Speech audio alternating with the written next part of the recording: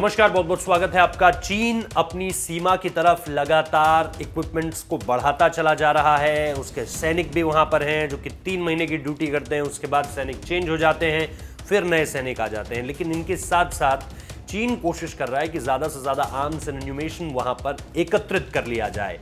फिर उसमें आप टैंक्स देखेंगे, जो उनके लाइट वेट टैंक्स हैं उनकी भी तस्वीरें आप देखेंगे। इसके अलावा जो उनकी निश्चित तौर पर वहाँ पर आर्मी की टुकड़ियाँ हैं उसको भी आप देखेंगे। पीएलए की जो टुकड़ियाँ हैं उसको भी आप अलग अलग तरीक़ों से देखेंगे वहाँ पर। इसके अलावा जिस तरह के जो छोटे छोटे इक्विपमेंट्स हैं उनको भी आप देखेंगे। अब उन्होंने एक चीज़ और इंक्लूड कर दी है उसमें, वो है होवित्ज़र तोप्स। इससे क्या होता है कि आप दूर तक फायर कर सकते हैं और इसकी रेंज अलग अलग, होवित्ज़र तोप्स की रेंज अलग अलग हो सकती है। जैसे भारत के पास अब नई नई AT-AGS आएगी। इसके अलावा हमारे पास जो पुरानी अलग अलग होवित्ज़र तोपें हैं उनकी रेंज इतनी है कि आप आसानी से 40 से 44 किलोमीटर तक दुश्मन को पूरी तरह से उसके परखच्चे उड़ा सकते हैं।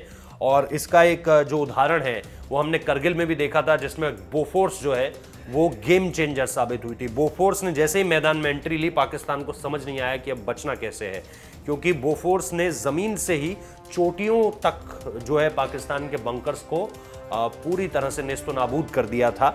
और उसके बाद अब ये जो होवित्ज़र तोपें चीन लेकर आ रहा है, हालांकि चीन की तरफ से बार बार इस तरह का प्रोपेगेंडा क्रिएट किया जाता है। वो कभी वहाँ पर लाइट टैंक्स ले आता है, लाइट वेट टैंक्स, कभी ये होवित्ज़र तोपें, कभी वो जो है नियरेस्ट जो उनका एयरपोर्ट है वहाँ पर, एयरबेस है वहाँ पर वो J-10 J-20 ले आता है और ये बताने की कोशिश करता है कि देखिए हमारा आसमान भी तैयार है, ज़मीन पर भी हम तैयार हैं कि किस तरह से हमें क्या करना है।